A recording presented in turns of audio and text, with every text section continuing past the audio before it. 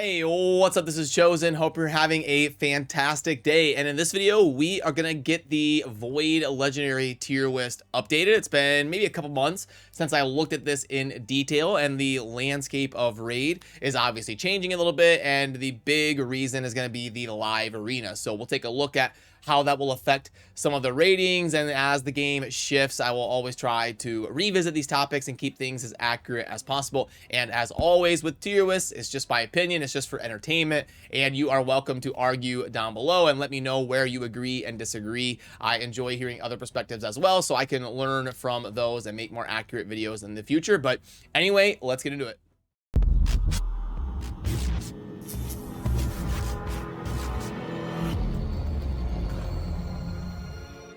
Alrighty, so first of all, let's just go ahead and pull it up right away over there on the right side. So up top is going to be the current that I kind of went through today and tried my best to adjust things and make it relevant as of right now recording this video. And then the previous is what the tier list showed, or the Void Legendary tier list showed before I changed anything. Now, it's important to know that it's basically impossible to make the perfect tier list because different people are going to value different areas of the game differently. You've got like your people that push for Platinum Arena, where like Arena is everything, and then you've got somebody who's been playing for a week and they're just trying to progress in dungeons, and those two people are going to wildly rate champions differently in terms of what they look for. So when trying to make one tier list, you got to try to weigh like the player base and the community as a whole and just do the best you can, but everyone's always going to have different perspectives. And the first thing that kind of jumps off the board is that some of the bottom, like the very bottom and very top champions, didn't really change much. There was one exception there with like Krutraxa and Aneathway. I think they get a little bit more value with like the live arena coming to the game. Aneathway can do the passive block revive. That's going to be really good in the early to mid stages of the live arena, but once you get up into like high silver and into gold for live arena, Aneathway is going to get phased out a little bit. And obviously we can't just look at the live arena. That is a very small portion of the game. You've still got the progression and the dungeons and the faction wars and the Hydra and the Demon Lord and all the other areas of the game. The live arena is just going to be like that new shiny toy, the hot topic that everybody wants to talk about. And some of those nukers, especially the single target ones like your Turvald and your Little Miss Annie and stuff like that, are going to at least have a little bit more of a role in the game now. And they're going to slide up because when you go into a live arena match, you basically always have to bring 2 damage dealers. It's like the one role that you always have to bring 2 of, because if you're picking your team and you only pick 1 damage dealer, they're just going to ban your damage dealer, and then they're going to slowly over time outscale you because they can inflict more pain on you than you can on them while you're just sitting back and supporting. So you basically always have to pick 2 damage dealers, and that means that especially with the rise of single target being a little bit more strong in the context of the live arena, we see it shifting in that direction with champions like Errol and Turvald all of a sudden getting more value, and everybody loving to bring those champions like Rotos and Morta Macabre because they can hit so hard and confirm kills on a single target level.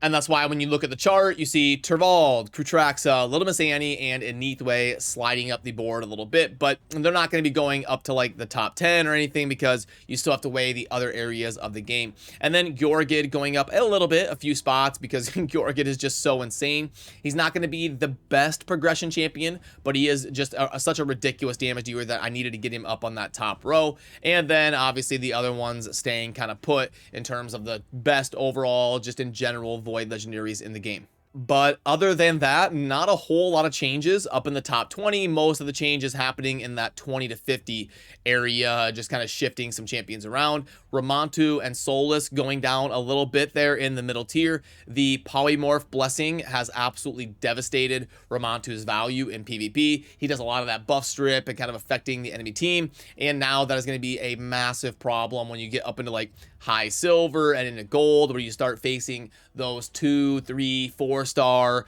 polymorph blessings, and you're just sheeping yourself to death there with somebody like Ramantu. And then Solus, we keep getting more and more damage champions added to the game, and especially some sturdy damage champions that are kind of rising up the board. Your Morta Macabre and your Stultus, some of those tankier type champions that can also dish out damage. And because more of those are becoming available, over the last year and a half or so, we're seeing a little bit of a decline in how commonly Soulless is popping up in some of those arena phases.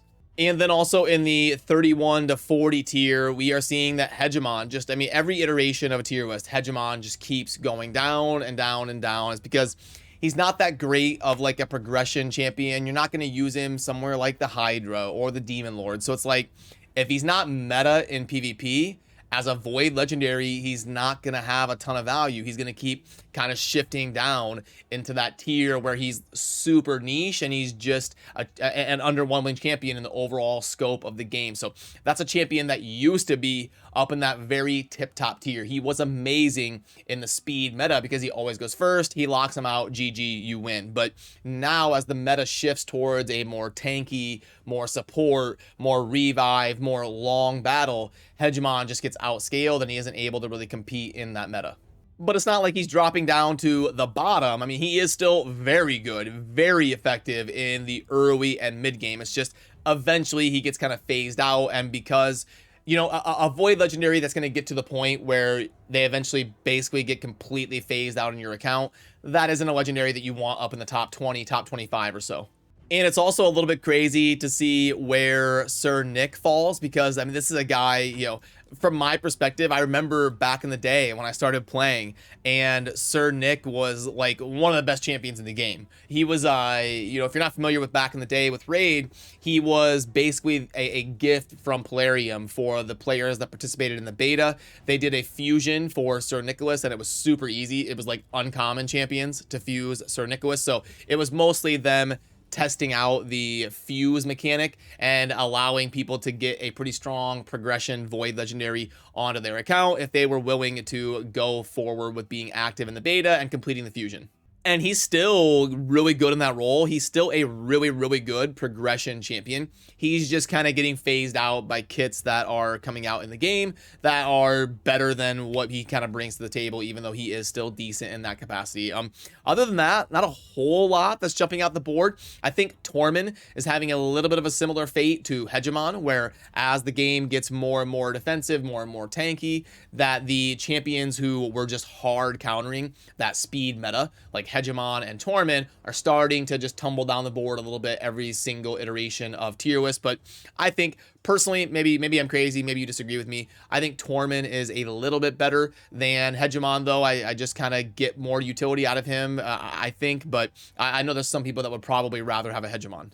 And also in all of my testing throughout the like live arena matches that I've done, I have yet to face any of the Supreme champions even once. And I know we just had all of the events and the guaranteed one for Supreme KO and the fragments for Supreme Elhain. I have not faced any of them. So it's looking like they're going to be mostly PvE champions and really solid PvE champions, except for Supreme Aethel maybe. And Supreme Elhain is more of a PvP nuker type, you would think, but I haven't faced one of her yet. I think we could be seeing a reason for that being that most people are waiting for the upcoming CVC that we're going to be getting early this next week here in just a few days. Then a lot of people are probably going to start claiming their Supreme Elhains and going forward with that. And then you'll start to see more of her kind of running around the arena and stuff like that, if I had to predict. And yeah, I will also provide a link down below where you can go through, and I'll always keep it up to date and try to get some other perspectives from people in the team and adjust things and keep our Void Legendary tier list up to date. The one that I will link down below from the website will be kept kind of current with the raid opinions and meta.